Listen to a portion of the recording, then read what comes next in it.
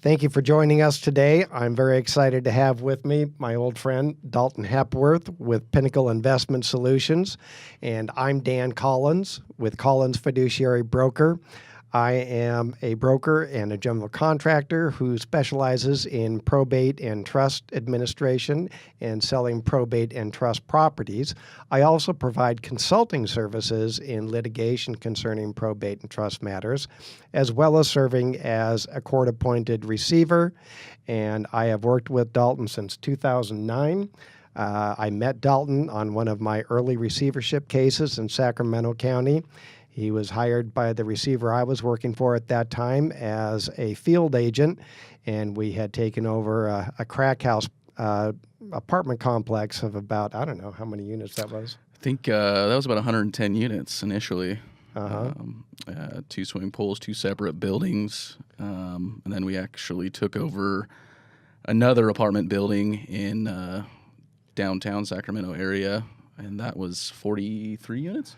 Oh, that was the one that had the bad mold infestation. Yeah, we had to evict all the tenants there and get everybody out because probably 80% of the units there were infested with mold. Very bad levels of mold, and actually those residents who had been living there a long time, some of them were really sick as a consequence of living in those conditions. Yeah, you bet. Remember the hoarder? The hoarder, yeah, the trouble getting her out. I've looked at a lot of property, and I don't think I've ever seen a hoarding situation that bad before. No. For our audience, one of the unique elements of working with hoarders is they have a very difficult time parting with all of the garbage. And trust me, most of it is trash, and truly some of it is garbage. And in that situation, we actually had to get her to sign a piece of paper that authorized us to remove the things that she had not been able to take out of the apartment with her. We moved her into a long-term motel. And the following day, I brought a crew out. It was a Saturday to empty her apartment. And she came back on the property, which she was not supposed to do. She called the police department. The cops came, and they were ready to arrest me. And if I didn't have the copy of the order appointing me as, or rather, at that time, Steve Donnell as the receiver, and the piece of paper that allowed me to remove her stuff because she forfeited her ownership, I would have been thrown in jail. Sure. Yeah, you would. It was a very unique situation that I don't think I've been a part of since then. Extreme hoarding. I mean, the levels of content in her unit was just astronomical. Right. I remember we found dead rats and everything else. So. Yeah. Back in the 2008, 9, 10, when we were taking over apartment complexes, oftentimes the owners would take out the appliances. They would try and sell the appliances on Craigslist, and it was really just like Keystone Cops running around trying to control it. Wild West. So share with the audience some of the other receivership cases that you've worked on in your background. So I've actually been involved in quite a few different real property-related receiverships and small business-related receiverships, anything from restaurant takeovers to industrial buildings that have been vacated that were previously manufacturing outfits for owners that were involved in Ponzi schemes. We've done multi-family, Daniel and I. I've done single-family takeovers and partitions. Small business wind downs, wind outs, liquidations, you name it. I mean, anything real estate related and small business related, we've helped with the turnover and wind out of. And fractured condominium projects also. Yeah, absolutely. Explain a little bit about that because it's kind of interesting. So that project was in Glendale, California, and was a partially completed condominium project. I mean, essentially they were trying to make it condominiums, and I don't know, what do you think? It was probably maybe 50-60% completed. Yeah.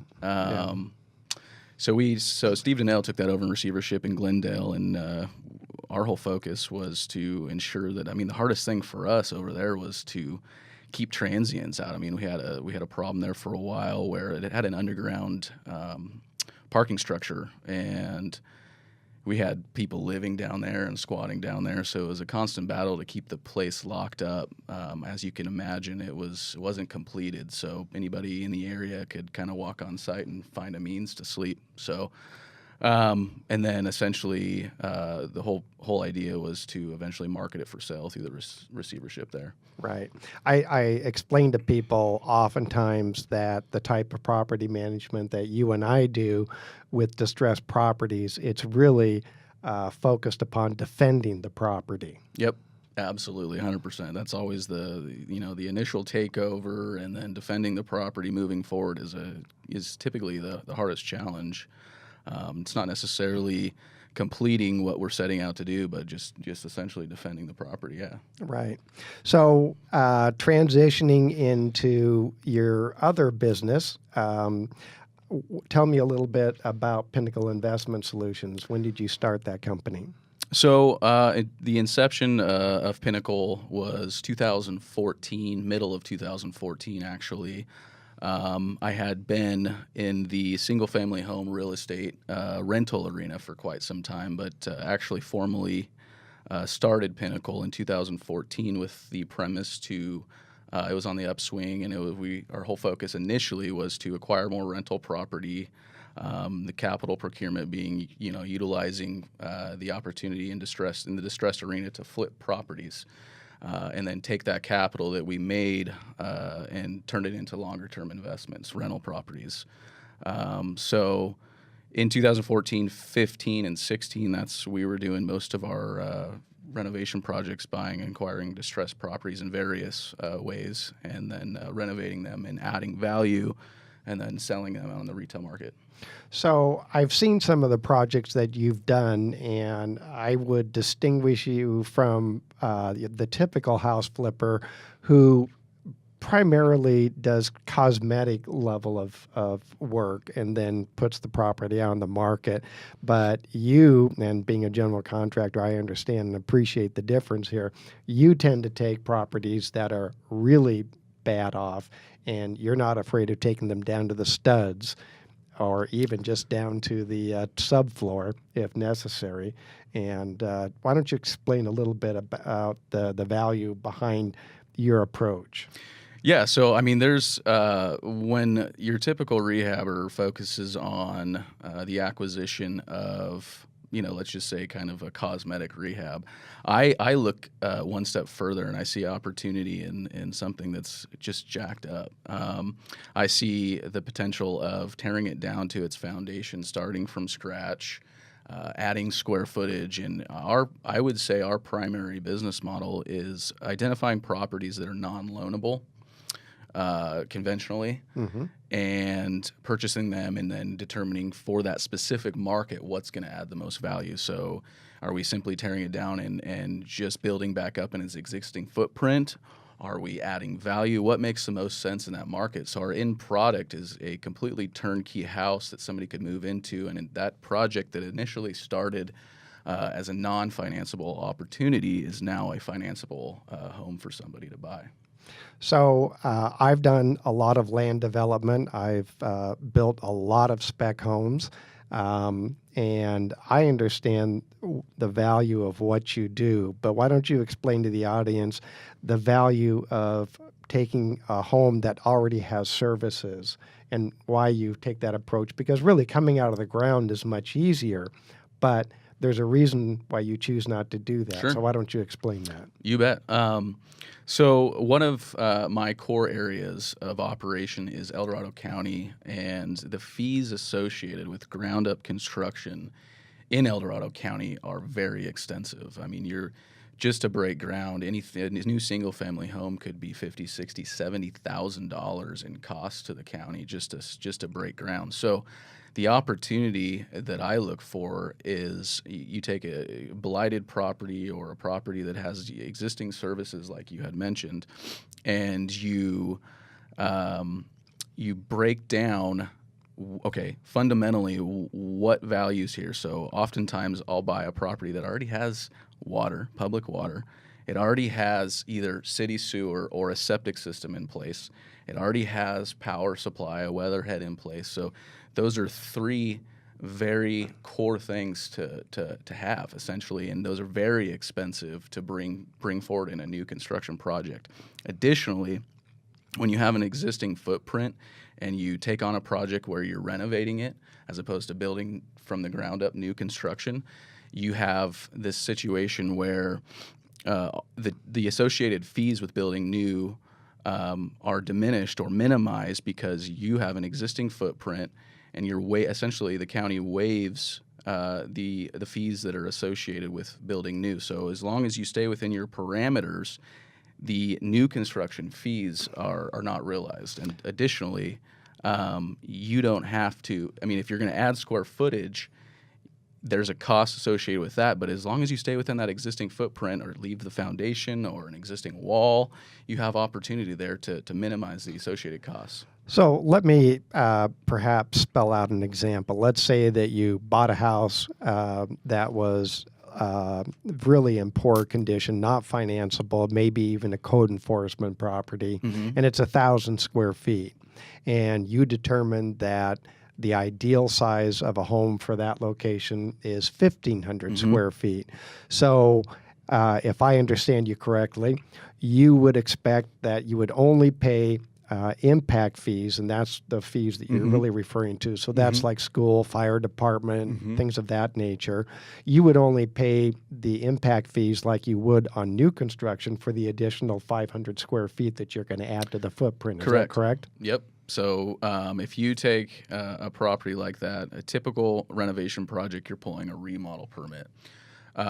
When you do a remodel addition, you'll have the associated remodel permit for the existing footprint, and then you'll have an addition permit, which will then reflect the impact fees on just the portion that you're adding on, which is also of tremendous value, because if you take a project as opposed to building 1,500 square feet of new construction and paying the associated impact fees, you're adding, let's say the existing property was 900 square feet and you're adding 600 square feet, you're only paying the fees on the addition there.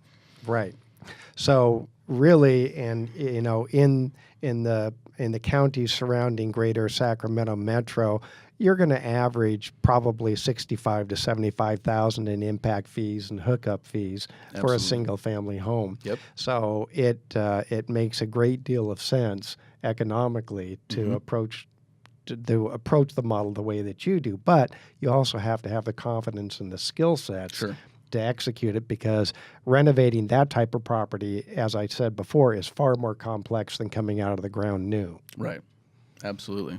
So tell me, for people who own distressed properties, there's a lot of people that are interested in buying flip opportunities, but again, not a high percentage really have the skill sets or confidence or experience to do the level and of extensive work that you do. But why don't you tell me a little bit about why people who would own these kind of properties would want to work with somebody like you as opposed to somebody who's less experienced? Well, I mean, for starters, our whole goal is to identify a win-win opportunity. I mean, you have a distressed situation, a distressed property owner that, I mean, they could be in a distressed situations for various different reasons. So I find myself catering to whatever that dynamic is. If they are just, if they're underwater and can't afford their mortgage and the property's falling apart, I'll look to, I mean, any opportunity to, facilitate the process and identify a win-win situation for both myself and the current property owner. So in that situation, by way of example, if they were underwater with their lender, you would even help them work with their lender to extricate themselves from the situation so that the lender would approve the sale if it ended up being something like a short sale where the lender was receiving less than the full value of the loan amount that was outstanding. Absolutely. Yeah, I get in the trenches and identify what their problem is, and then subsequently we'll try to find a win-win solution for both parties involved. So basically, you listen to them, you understand where the pain is, and then you help address the areas of pain. Yep, you bet. Okay. What else would you want to tell people that are interested in selling homes that are in poor condition? What other tips should they understand, and what are the pitfalls that they should potentially anticipate in getting multiple offers from people who want to flip the property? In other words, what is the best way for them to investigate their buyer? Honestly, especially in today's market, it's a good chance that especially if there's a very distressed property, there's a very good chance that that property owner has been approached by maybe a traditional real estate sales agent. They've been approached by other investors either through phone calls or mailers. But I would tell somebody in that situation to take in multiple offers, see what's on the table, and see what kind of value and differing value that specific either investor or salesperson is going to offer them. Somebody in that position may have two offers on the table from two different investors at two different price points. Obviously, price point is a factor, but at the same token, looking at somebody that has a track record like myself, in terms of purchasing property and renovating them and repositioning them, identify which one's going to actually be able to perform. Not every investor can come to the table and actually perform, pay cash for their project, move forward and renovate the property and get it back to a marketable condition. So would you say that actually inquiring about how many properties somebody has renovated would be a good thing for a potential seller to consider? I mean, yeah, absolutely. I mean, it kind of outlines their experience level, and at the end of the day, an offer in paper and performing are two different things. So if you oftentimes some of what happens, especially now, homeowners will deal directly with wholesalers who are essentially identifying an opportunity, reaching out to the homeowner, and locking up an assignable contract, and then selling that position, that position to a rehabber or flipper like myself. They're not the ones actually performing the work. They're simply locking up the contract to sell to the end buyer. So really what that means is they're using a middle person and they're leaving money on the table. Correct. Okay. Yeah. So you would recommend dealing directly with the guy who's going to buy it or the person who's going to buy it, do the renovation, and be behind the project. In my opinion, yes. I've seen value in wholesalers from my perspective bringing deals to me, but at the end of the day, they're essentially a middleman who has no idea what it takes to, especially in terms of intense projects like we complete. A wholesaler has no idea what it actually takes to complete a project, what it takes to acquire a project, what it takes to fund a project, and to get subcontractors to show up and do the work. Correct. I mean, you and I do a lot of construction consulting and management of construction projects for special needs trusts and probate estates and other situations, including litigation. So today, finding subcontractors is tough. You got to have the relationships. Between the two of us, right, we have a list of over 300 vendors that we can call. Absolutely. I understand what it takes to develop the relationships and the expertise. Well, Dalton, thank you very much for joining us today. And for any of you out there who own properties that are distressed and you're contemplating selling them or you're being approached, my recommendation would be that you contact Dalton. Dalton, why don't you give them your contact information?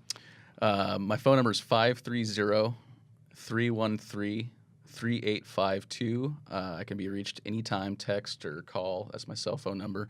Additionally, I could be reached at Dalton Hepworth at yahoo.com. That's DaltonHepworth